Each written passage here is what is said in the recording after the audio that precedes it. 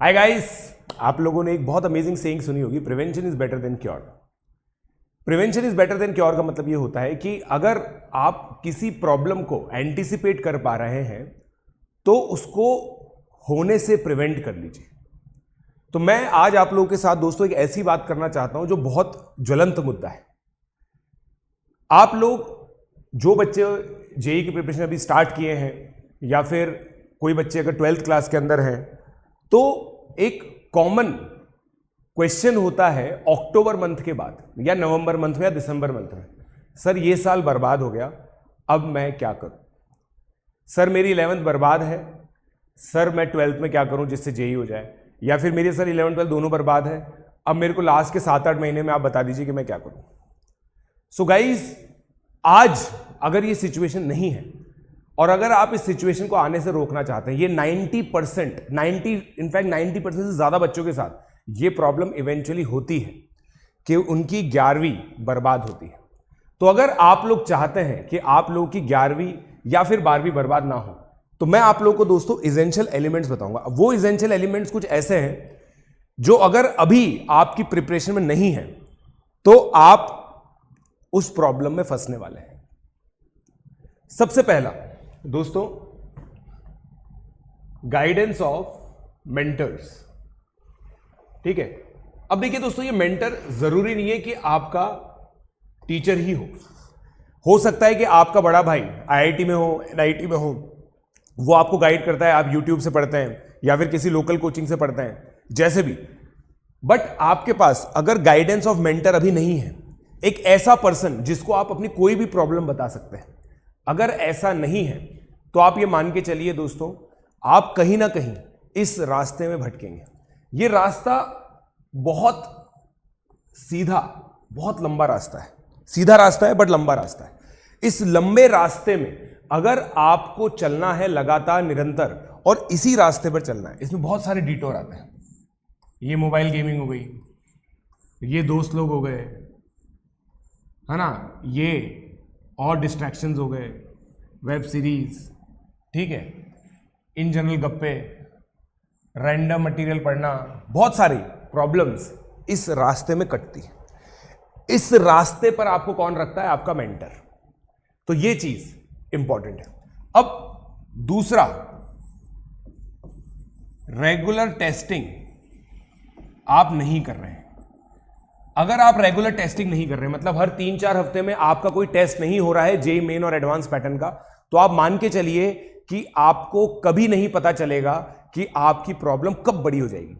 यार 11th बर्बाद मतलब आप सोच रहे हो 12 चैप्टर मैथमेटिक्स के बर्बाद होना, 11 चैप्टर फिजिक्स के बर्बाद होना, 11 चैप्टर केमिस्ट्री के बर्बाद होना। अगर ये 34 चैप्टर्स आपके बर्बाद हुए तो आपको पहले नहीं पता चला क्या? पहले ना पता चलने का रीजन केवल एक होता है, हम टेस्टिंग नहीं करते। हम उस आईने को देखने से डरते हैं जो आईना हमें यह बताता है कि आपके साथ इस पर्टिकुलर चैप्टर में प्रॉब्लम है। हम एक चैप्टर छोड़ करके दूसरे चैप्टर पे चले जाते हैं, दूसरे को छोड़ के तीसरे को चले जाते हैं और सोचते हैं कि काश ये चैप्टर हमें समझ में आ जाए, हो सकता है ये चैप्टर हमें समझ में आ जाए। बट हम उन प्रॉब्लम्स पे वर्क नहीं करते। प्रॉब्लम्स पता कैसे चलती है? Regular testing. हर चौथे हफ्ते में अगर आप टेस्ट देंगे तो आप लोगों को पता चलेगा कि आप कहां गड़बड़ कर रहे हैं, क्या चीज सही कर रहे हैं।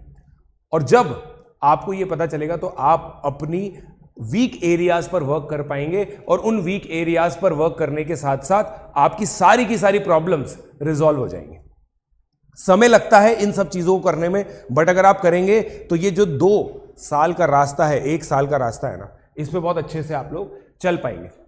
Third, proper study material.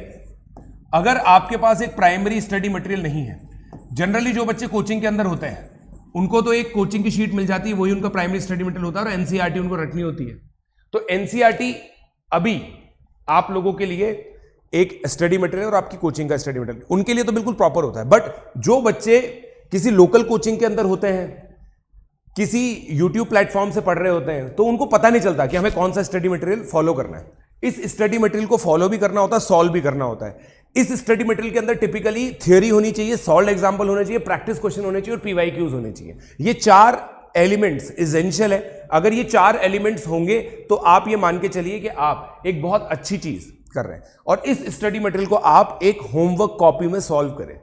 Solution maintain करें, क्लास करते वक्त नोट्स बनाएं, जो ऑब्वियसली फोर्थ पॉइंट है, एक्सेस टू रेगुलर क्लास।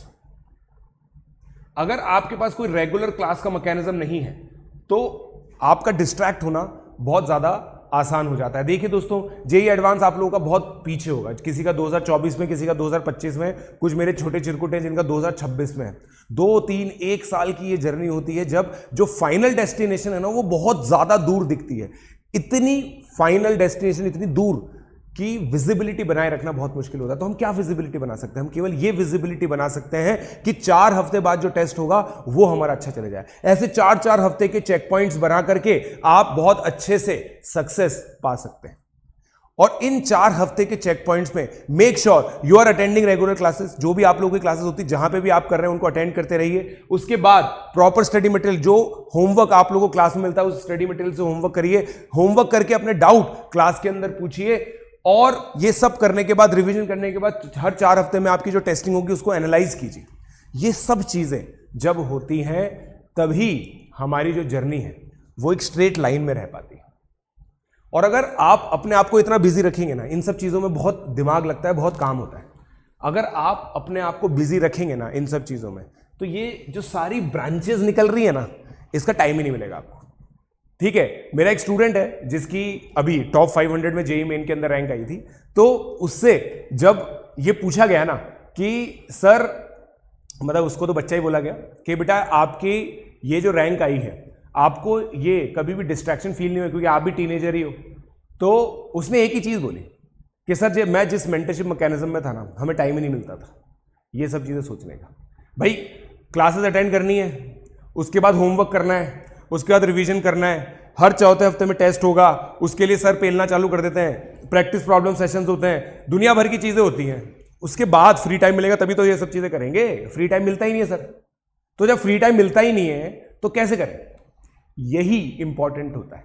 आप अपने आप को इन सभी चीजों में इतना बिजी कर लीजिए कि आप लोग को डिस्ट्रैक्शन का समय ही ना मिले। और जो सही में prevention is better than cure, जो ये सेइंग है ना, ये आप लोग के लिए यथार्थ हो जाएगी।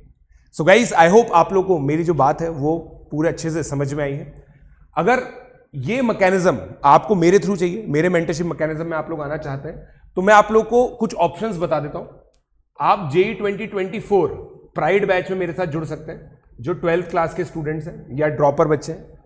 ये मेंटरशिप मैकेनिज्म है दोस्तों, जिसमें हम लोग, अगर आप इनमें से किसी भी चीज में लैग करते हैं ना, हम आपको प्रोवाइड करेंगे। जेईई 2025 प्रोडिजी बैच, ठीक है। जेईई 2026 ये फिर से इसका नाम जो है ना मैंने रखा है पिनैकल बैच। तो जेईई 26 जो है वो पिनैकल बैच है। तो ये 3 बैचेस में आप लोग एनरोल कर सकते हैं। आपको सिंपली क्या करना है, पीजे लाइव कोड यूज करके अनअकैडमी का सब्सक्रिप्शन लेना है। प्लस सब्सक्रिप्शन आप लोग ले लीजिए, प्लस सब्सक्रिप्शन आप लोग लीजिए और स्क्रीनशॉट मेरे साथ शेयर कीजिए @प्रशांत42 जैन पर। ठीक है, सबकी देखिए अलग अलग जर्नी है, एक प्रॉपर जर्नी है इन सब चीजों की। ठीक है, तो ये जर्नी आप लोग को मेरे साथ कंप्लीट अगर करनी है तो आप लोग प्लस सब्सक्रिप्शन ले सकते हैं। और अभी अनलॉक 20 चल रहा है दोस्तों, पीजे लाइव कोड यूज करके आप लोग 20% ऑफ पा सकते हैं। जो भी सब्सक्रिप्शन उस पर 20% ऑफ पा सकते हैं। अभी आपको पता है दोस्तों, पीजे लाइव कोड यूज करने पर यूजुअली 5% का ऑफ मिलता है आजकल। So it is 15% extra, 15% extra आप लोगों को मिल रहा है। तो आप 24 पे 2 मंथ एक्स्ट्रा मिल सकते हैं। 54,000 का पड़ेगा आपको ये, और 12 महीने पर 1 महीना आपको फ्री मिलेगा।